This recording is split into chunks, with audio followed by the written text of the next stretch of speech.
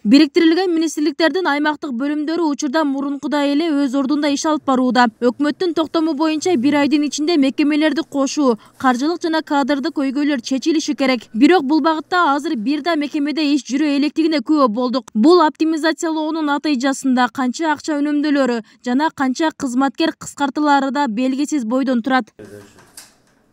Жаңы токтомго ылайык өзгөчө кырдаалдар министрлиги да кубаттуу органга айланат. Анын курамын экотех инспекция да толуктайт. Дегенменен бул тармак буга чейин 12 бөлүм менен иш алып барса, мындан ары анын болгону 3-өсү гана өзүндө калды. Калган бөлүмдөрү ар кайсы структураларга чачырап кеткен. Учурда башкармалыкта кайсы бөлүмдү ким көзөмөлдөрү тууралуу так маалымат жок.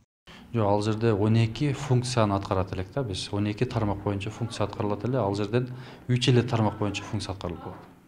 Функциялар жоюлуп кеткен жок, экотех инспекция деле жоюлуп кеткен жок. Экотех инспекциянын ичиндеги кээ бирки полномочия кызматтары башка министрликтер аткарып калышат. Ошондой саңар мисалы архитектура көзөмөл, жерди пайдалануу, жер көзөмөлү, эмгекти коргоо жана башка ушул сыяктуу көпчүлүк тармактар министрликтерге бөлүнүп ошол жакта берилген жатат. Эмгек жана социалдык өнүктүрүү министрлиги саламаттыкты сактоо министрлиги менен бирикти. Социалдык фонд менен милдеттүү медициналык камсыздандыруу фондда ушул министрликке кошулду. Жалал-Абад шаарындагы социалдык коргоо башкармалыгы мындай жөрөлгө менен жарандарга ыңгайлуу шарт түзүлдү деп эсептейт. Анткени бир эле иш үчүн эки жакка чуркоо зарылдыгы жоюлат. Эгерде кошулган болсо, биз азыр соцфондду кошулду деп атат. Соцфондду кошулса, Окшош жактары бар? Окшош жактары бар. Мисалы үчүн, элдер убаракерчилик тартып калган учурлар болуп атат да. Пенсияга чыгарда бизге да келип алышат, соцфондко да келип алышат да. Адамдар эки бара болуп калат.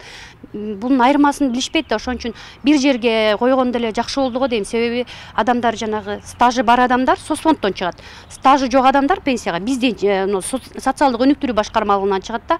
Эгерде бул бириксе, адамдар эки тарапка барып убаракерчилик тартпастан бир жерден стажы бары дагы, жогу дагы ошол жерден пенсия менен камсыз болуп, убаракерчилик азыраак болгонго мүмкүнчүлүк түзүлмөк.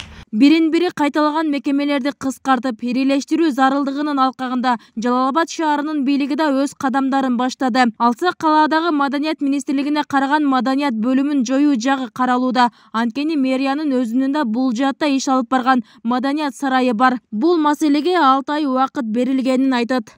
Жалал-Абад шаарындагы маданият бөлүмүнө республикалык бюджеттен каржылоого маселесин көтөрүп, ошону өз каржылооңорго алдыкыла десек, бүгүнкү күндө алардан катта келип түштү. Бул жергиликтүү деңгээлде каржыланыш керек деп, бирок биз бүгүнкү күндө сүйлөшүү иштерин жүргүзүп атабыз. Анан маданият бөлүмүн биз убактылуу 6 айлык мөөнөт менен бүгүнкү күндө алар иштеп, биз каржылоо маселесин көтөрүп турабыз.